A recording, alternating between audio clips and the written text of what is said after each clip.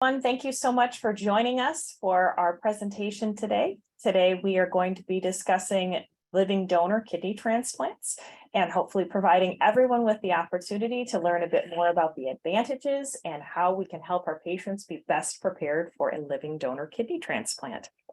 Just by way of introduction, we ask that if you have any questions, that you please put those questions into the Q&A portion. At the bottom of your screen, you should see a button for Q&A, and we will be discussing those questions at the end of the presentation. We look forward to all of your questions. In addition, we will email everyone a copy of our presentation and any of the flyers or links that we have available. During today's talk, they will be emailed to you after the presentation completes. Thank you again for joining us. And here's a lovely photo of our campus here at Mayo Clinic, Florida. My name is Shannon Mao, and I'm one of our kidney transplant surgeons. I'm also the director of the Living Donor Kidney Transplant Program. In addition, on our panel today, we will have Christine Schneider. She's our Living Donor Coordinator, Candace Porter, who is our Independent Living Donor Advocate, and Pat Dennis, who is our transplant social worker specializing in the kidney transplant population. We'll all be presenting a portion of today and looking forward to taking your questions at the end. We have no relevant financial disclosures. Our learning objectives for today's presentation are to, number one, discuss and identify options for living kidney donors, to recognize the advantages of a living kidney donor transplant over a deceased donor transplant. We will discuss the role of our Independent Living Donor Advocate, or ILDA, as we all love acronyms in transplant, and the role that they play in the evaluation and donor process. We will summarize what a living donor goes through for evaluation and give examples of how patients can potentially find a living donor and tools that they have for this process. Chronic kidney disease affects many patients in our population, and no one in this audience needs me to tell you what a burden it places on our society. 1 in 3 Americans are at risk of developing chronic kidney disease, and 37 million people live with chronic kidney disease. There are 110,000 patients waiting for organ transplants nationwide. And of those, there are 550,000 patients who are on dialysis each day. Obviously, not everyone qualifies for a transplant, but for those that qualify for a transplant, we know that the quicker we can get these patients to a transplant, the better they do in the transplant process, the quicker they can return to a more normal quality of life and back to doing all the activities that they love to do with their families and friends. So our goal as a transplant center is to get our patients to transplant just as quickly as we can. Unfortunately, this is limited by the availability of high quality donor organs for transplant. Waiting time for a deceased donor transplant in our region of the country ranges from 3 to 6 years. And this is based primarily on the donor's blood type, with certain blood types, including blood type O and blood type B, waiting longer for transplant. As well as antibody or sensitization. So patients who may have had prior sensitizing events, which is typically either a prior transplant or multiple prior blood transfusions, may wait longer than other individuals. With a living donor transplant, however, there is no waiting time, and that is one of the major advantages and major reasons why we are talking today about how to help your patients get a living donor kidney transplant. In 2022, across the country, nearly 6,500 transplants were made possible by the generous gifts of living kidney donors.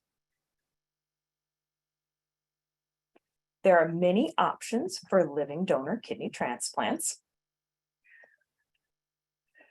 And again, living donors can be anyone who offers a kidney to a stranger, to a friend, to a family member.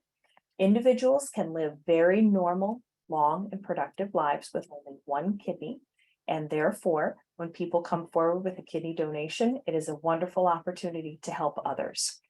A directed donor is someone who has a recipient in mind. Perhaps that is a sibling, a parent, a family member, a friend, a spouse. A non-directed donation is someone who comes forward who does not know and may never know their recipient. They have perhaps seen a presentation similar to this, heard the story of someone that may need a transplant but doesn't know that individual directly, or wants to give of the goodness of their heart, an altruistic donor. Kidney paired donation is where you may want to donate to someone, but you're incompatible with that specific individual. The incompatible pair is put into a pool. This can be locally at one transplant center, or at our center, we utilize a registry that allows us access to living donors across the country. Both donors will donate a kidney to the pool, and then their intended recipients will receive a kidney back from that pool, either the same day or very quickly thereafter in most swaps. However, there are also opportunities that someone may donate in advance and receive a voucher on behalf of their recipient at a later date as well.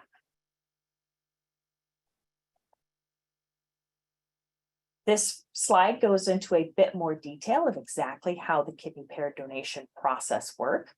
Again, we swap donors to allow the transplants to happen for multiple people. Sometimes this is a small swap, an X, as is seen in this picture. Sometimes it is a chain of patients where one donor starts a chain reaction across the country where 5, 6, 8, 10 or more transplants are facilitated by the kindness and the generosity of one donor. Therefore, blood type and tissue matching is no longer a barrier for transplant. If you have somebody come forward and say, I want to donate, but I don't know my blood type, it does not matter. If they are a good donor, we will find a excellent recipient for them and an intended donor for their intended recipient. Who might not be a donor? And what I generally tell people is that come forward and let us help you understand and whether or not you would be a good donor. But there are some conditions that mean that it's less likely that you can donate. So patients that have uncontrolled high blood pressure, having high blood pressure itself is not a rule out, but if it's not well controlled on medications, it may be.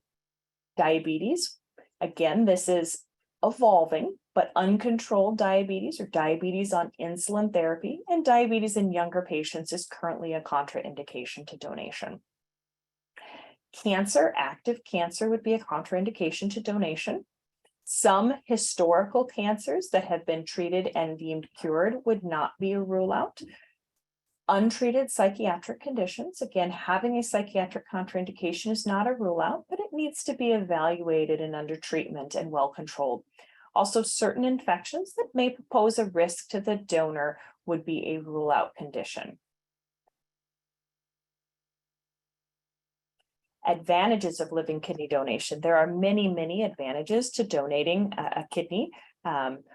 From the recipient perspective. So our recipients who receive a living donor kidney have better outcomes than those who receive a deceased donor kidney. The patients tend to have a kidney that works more quickly. I expect a living donor kidney transplant is going to work right away on the operating room table. In addition, living donor transplants on average work longer than deceased donor transplants. At least 10 years is the expectation for a living donor kidney transplant. In addition, our living donor recipients have less waiting time than a deceased donor transplant. As soon as a living donor is identified, evaluation is completed, we can schedule the surgery. In some cases, patients can even avoid needing to go on dialysis and receive a transplant preemptively, which has the best overall outcomes. In addition, we can plan and schedule the operation as opposed to receiving a call at, say, 2 o'clock in the morning to come in for transplant. You can have a set surgical date and have your operation done on a schedule. You can have family and friends in town ready to help out with your transplant. And my goal with a living kidney donation as a surgeon is that I'm going to sew in a living kidney and it's going to make urine right away on the operating room table. Here you see a kidney that's been sewn in. The urine connection hasn't been made, but it is making excellent urine. And I will turn our presentation now over to our living donor advocate, Candace.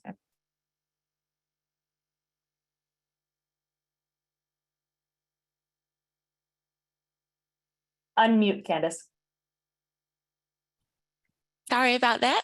I'm Candace. I am the Independent Living Donor Advocate, also known as ILDA for short. You may be asking yourself, why does a donor need or have a independent living donor advocate?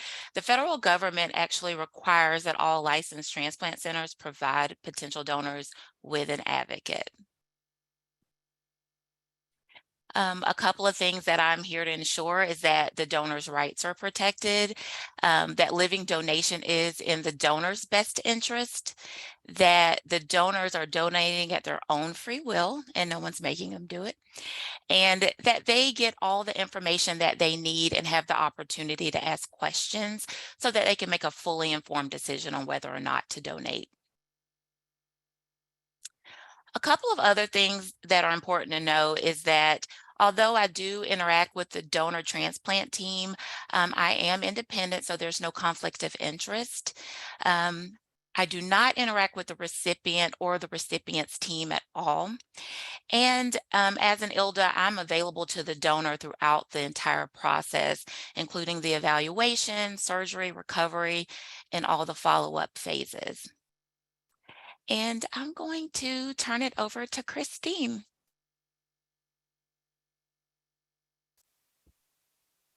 All right, let's talk a little bit about the living donor evaluation process. So how do we become donors?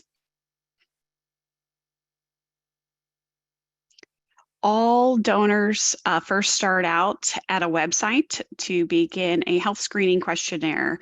This gives us some basic information on family history, medical history, medications, surgeries, kind of gives you a little snapshot picture of the donor so it can guide our evaluation for them. So donors go to our transplant page at mayoclinic.org/livingdonor. There is a link that says start your evaluation here. They are able to choose the center of their choice within the Mayo Clinic program. They can choose Florida, Minnesota, or Arizona. If they're not wanting to have an evaluation or surgery at our facilities at Mayo Clinic, there is an opportunity for what's called remote donation and surgery at other centers that are affiliated with the National Kidney Registry. So after the donor applies and the living donor team reviews their screening, we reach out to them, we review it, we clarify, and we talk about the next steps. As long as everything up front looks okay, then a medical evaluation is scheduled to determine if the donor is a suitable candidate for donation. Our first step in that evaluation is to start with the ILDA.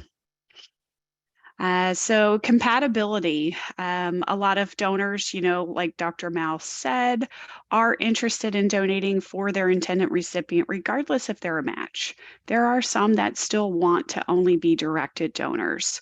So during our evaluation process, we complete HLA typing, and that's how we determine if the donor is a match for a recipient. That does compare to see if there's any antibodies that the recipient could recognize and cause that kidney for rejection. If a donor is found to be incompatible, whether it's blood type or antibodies, then they're offered the opportunity to still proceed in the same manner and enter into the paired kidney donation. So we do use the National Kidney Registry. It's a national reach with participating centers across the country. Right now, I believe there's over 200 centers that are involved. So that does open up the pool of donors and recipients to help facilitate easier matching. Our donor evaluation, typically takes between 3 to 5 days. We are streamlining that process, hopefully to get it down to less than 2 days. So that's an ongoing process improvement that we're trying to do.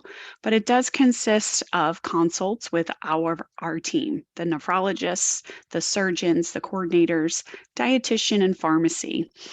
There's a psychosocial evaluation with the donor advocate, a donor social worker, transplant psychiatry, and a financial coordinator. The actual physical testing involves a lot of blood work, a lot of urine studies. We do different scans. There's cardiac testing, and we also make sure that the donors are up to date on all of their cancer screenings. After a donor completes their entire evaluation and the coordinators have everything present, then we present their case to our selection conference.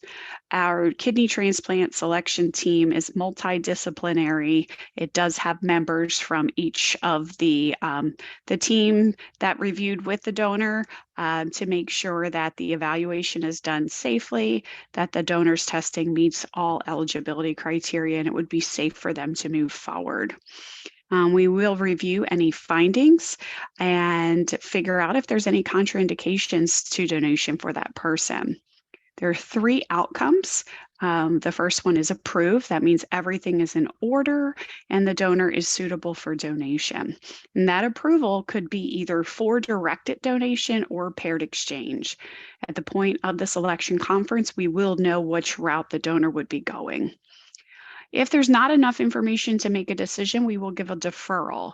That means the team has requested some additional testing or consults that they would like the donor to have and complete. We will get that stuff done and then re-present back to the committee for a final decision.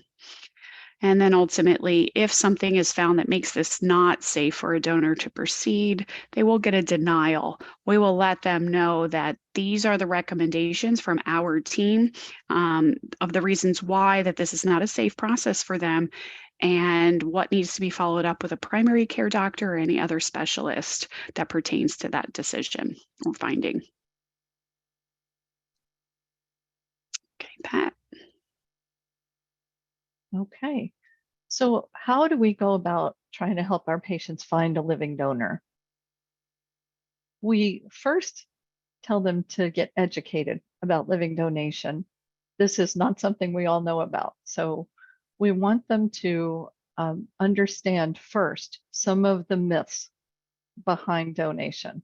So things like donors will have to take their medications for the rest of their lives, that they'll have horrible pain or be in the hospital for a long time, or that they're never able to participate in sports or exercise programs. We actually have marathon runners who have donated kidneys, so that's not the case. We also provide them resources so that they can find more information and so that they can get help.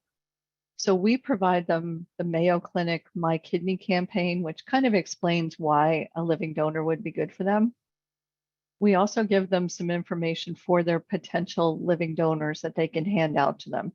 That explains what's involved in the process here at a high level. We also give them the Big Ask Big Give Patient Navigator program flyer. That's kind of a new thing. And we're also now going to start sharing with them the National Kidney Registry microsites. And Christine has been heading up that program for us. We're going to roll that out pretty quickly. So I'm going to have her talk about the next slide. So what is a microsite? A microsite is a free personalized website that helps patients create and share their story across multiple platforms. It can easily be shared through social media. They can print flyers. It can be shared face-to-face. And they're also provided with business cards that they can leave at places or hand out to folks to say, hey, here is a link to sign up to be a donor on my behalf. It is a special code that will link that registration with that recipient so we know who's trying to donate on whose behalf. There is a way for donors to easily and confidentially register. And it's a platform that provides you with tools to succeed. It does include a donor microsite coach who's been there before. And most of these times, these are folks that have either been kidney donors or kidney recipients and who are involved in the process, very detailed, so they understand what is needed to succeed in finding a living donor and making a successful transplant. So we're rolling out these microsite availabilities for our recipients to create these pages. And it's just another tool. They can personalize it or they can use it and keep it pretty simple. But we do encourage everybody to share their story, tons of people out there want to help everybody, and they want to hear the story, that something to tug on their heartstrings and let them know that, hey, I'm really doing this for an actual person. And that does make our donors feel amazing, and they're very grateful to be able to help someone. Thanks, Christy. Okay, so what we try to do is we try to help our patients start thinking about what their specific story is. Everyone has an individual story, and we tell them to think about, what has kidney failure taken from their lives? What things are they no longer able to do? How does it make them feel every day? What would a living donor transplant do for them? And what would they be able to do if they no longer felt all that fatigue or required all those hours of dialysis? So we tell them to start thinking about that and start thinking about the future. We encourage them to sit down and have a family and friend meeting with their closest people to work out their story and their whys, because everybody's whys are different. We encourage them to also tell their family and friends to share their story. And we tell them to actually give specific permission to story with everyone else that they know. And we encourage them to educate everyone that they come into contact with that living donation is something that's real and that there's a great need for. We try to help them think about who in their life could be a champion for them. And in every friend and family circle, there's almost always a really good storyteller or a really good social media expert. And we really ask them to try to tap into those people, get them involved on the front end, and help them spread the word. We tell patients to send a letter or an email to the important people in their lives to explain their story and to get that word out and to tell them specifically what's needed. We also tell them to let people around, like at work, church, local news stations or print media, and any professional or social groups that they're active in, to get that word out that this is a need that's out there. And we also tell them to post on safe social media sites. They just need to be cautious with the social media sites and just watch what they're putting up there and how much information they're sharing. So please remember that a lot of this is educating people that there's even a need for this. The vast majority of people walking around the planet have no idea about kidney failure, dialysis, transplant, or living donation. So we really need to tell our patients to get that word out and to bring that education to everyone. And we need to do that. I think we all do that now. The need for living donation is not common knowledge, but we want it to be. We want to get that out there to everyone we meet. There are some resources too that help living donors cover things like lost wages, relocation expenses, and child and elder care expenses. One of the big ones of those is the National Living Donor Assistance Center. Those of you that are from Georgia also probably know about Georgia Transplant Foundation. They will also assist. Please tell your patients not to discourage anyone from coming forward to be a donor. The Transplant Center will help identify anybody who's not a good candidate for them. And if they're not a match for them, the living donor coordinators will actually tell them what other available options there are for their kidney. Okay, now I just want to remind you guys, most of you probably know this already, we now have a Mayo Clinic YouTube channel playlist specifically for transplant education for dialysis social workers.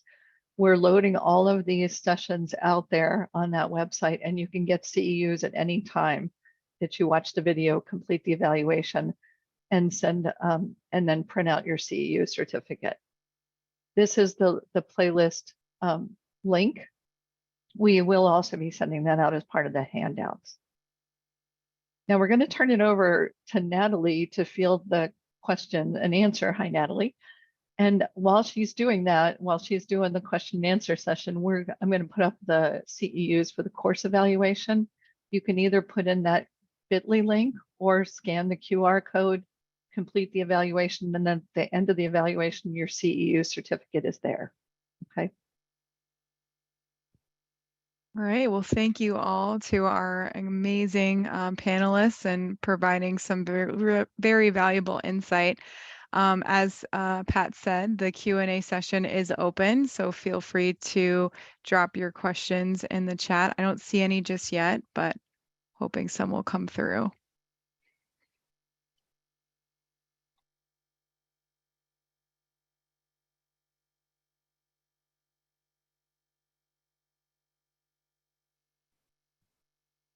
While we're shocked there are waiting no for questions.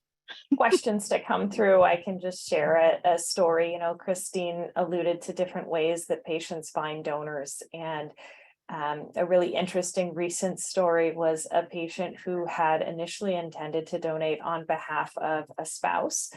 The spouse was fortunate enough to receive a kidney through a deceased donor option. However, she still felt in her heart that she wanted to donate, and someone in the community posted a flyer, and the individual saw the flyer and was really motivated to donate. Didn't have a direct experience or didn't know that individual directly, but was motivated to come forward with donation because of that flyer that was placed out there. So I just really want to encourage everyone. There are some amazing people that are in the world that are looking for opportunities to donate. And as you're encouraging your patients to come forward, you know, people may say, oh, it's just a small thing, or it's a business card. What is that going to do to me? But people really see it in their hearts to donate and support for various different reasons. And all these ways are ways to find donors. Great. And we do have one question here. Can this apply for pediatric patients as well? Absolutely. So pediatrics are wonderful candidates for living donors, and adults can donate to most children. I say most children because if we are talking about a pediatric patient under the probably about 1-year-old age range, there is a little bit of a size challenge, though not impossible. And living donors are wonderful opportunities for our pediatric recipients because, again, these people are looking for a kidney that will last just as long as possible, and our living donor transplants typically last the longest. So absolutely encourage your living donors in the pediatric population. Thank you, Dr. Mao. Other questions? I can share another story too about, I had a patient a couple of years ago who was a veteran who put a plaque in his back window on his pickup truck. And from that, he got a donor. He had somebody call in and do that. And they actually did a news story on him here in Jacksonville. But he put on this back window sign, I'm a veteran. I gave my all for the country, and now I need your help. And he got a donor out of that. So it's amazing the things that people do. Creative ideas to get their stories out there. Absolutely. Yeah. Any questions around microsites? I know that's a fairly new platform, but I think it's another great way to encourage our patients to get their story out there. But has anybody been using them, or any questions related to that specifically? I don't see any new questions in the chat yet. Quiet group. Yeah, we might be doing one of these sessions on the microsites. We're doing next month, we're doing one for our patients. So maybe after we do that, maybe we will try and put something together for the dialysis social workers once we're up and running on it and feeling a little more warm and fuzzy about it. And we We can do also- supply, sorry, Pat, we Yeah, can go ahead. supply some pamphlets and things too to different centers about microsites and having their patients, you know, create these, reaching out to the transplant center. It's a simple contact to me to send them a link to create their personal page.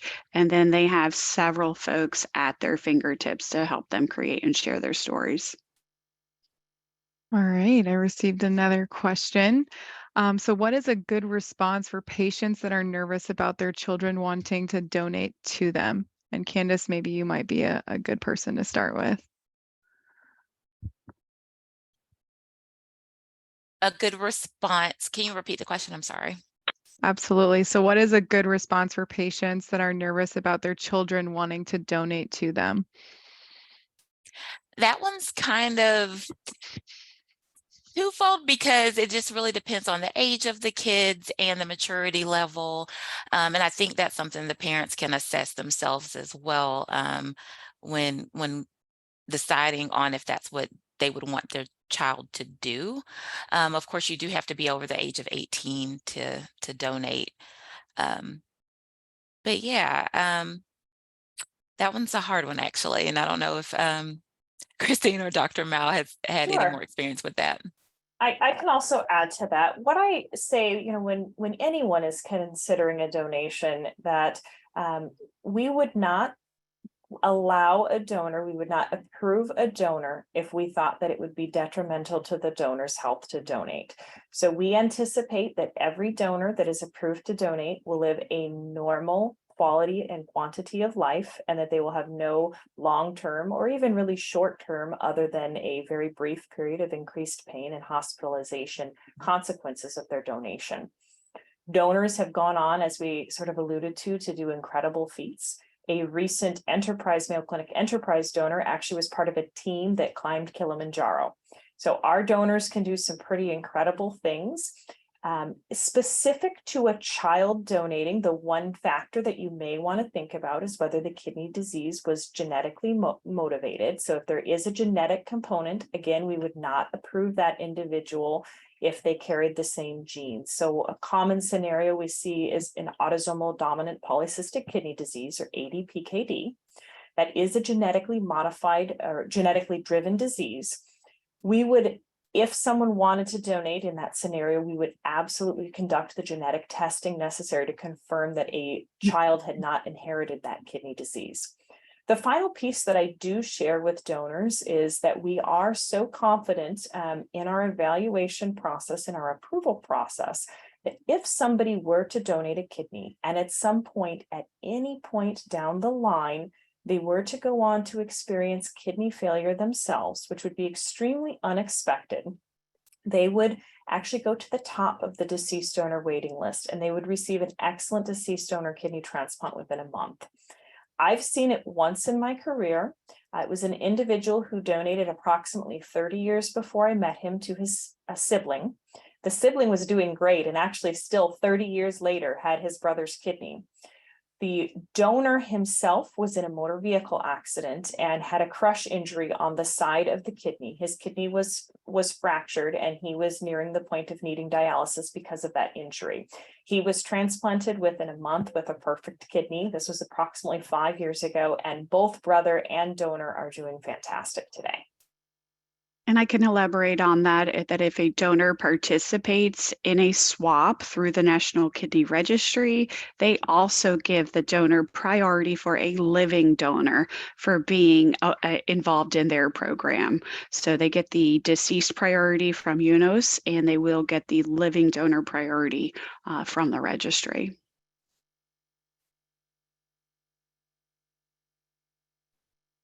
Great. Thank you both. So if anybody, most of you probably have already gotten the Big Ask Big Give event flyer too that we're doing in about a week and a day, I think. If you want more information about this topic, the Big Ask Big Give is worth 2 CEUs to any social worker. And it is a really good seminar that walks you through how this process works and kind of gives you a couple of examples of actual recipients and actual donors that show you how this works and what the feedback is from them. Yeah, and that will be next week, Thursday, from 4:30 to 6:30, or 4 to 6, I believe.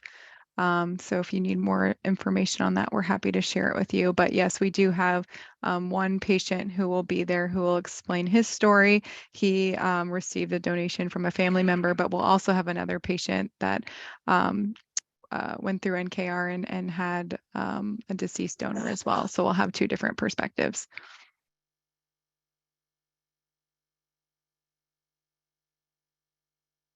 I've never seen a group of social workers with only 2 questions. Kind of shocked. You guys did a thorough job, is what it sounds like. Either that or they're all busy. Okay. Anybody else have anything else that they want to tell, anything else, any other creative solutions that you've seen?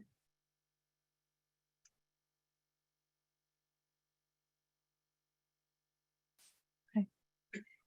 Well, From a social work perspective, I think really, the biggest ask that we would have as a transplant center is just supporting the patients that you're seeing in however they wish to go forward with donation. And obviously we presented a lot of options. Each option won't work for each patient, but if you can provide that support to your patient as they're going forward with however they wish to approach, not every approach is right for every person, but if you can support them through that process and really encourage them, the first step is just putting yourself out there, which is a very challenging process to really feel vulnerable and put yourself out there. But if you can help to encourage your patient to accept that vulnerability, to put themselves out there and say, hey, I need help. Just as the story Pat shared with the veteran, your patients have given so much for however they, have lived their life and made their choices. And it's time for them to ask for some help and support from other people, and let us then support their donor through the process through our multidisciplinary team. I just put the slide up too with the contact information for the social workers here at Mayo, the kidney social workers, and my email address. Please don't hesitate to reach out to us. And I want to talk about one other thing too. I had a patient this morning who is a young patient in her 30s, and she says her family doesn't want to donate to her because they think that she's healthy. They don't really believe that she's sick. And yet she's on dialysis and has been for a while now. So we run into a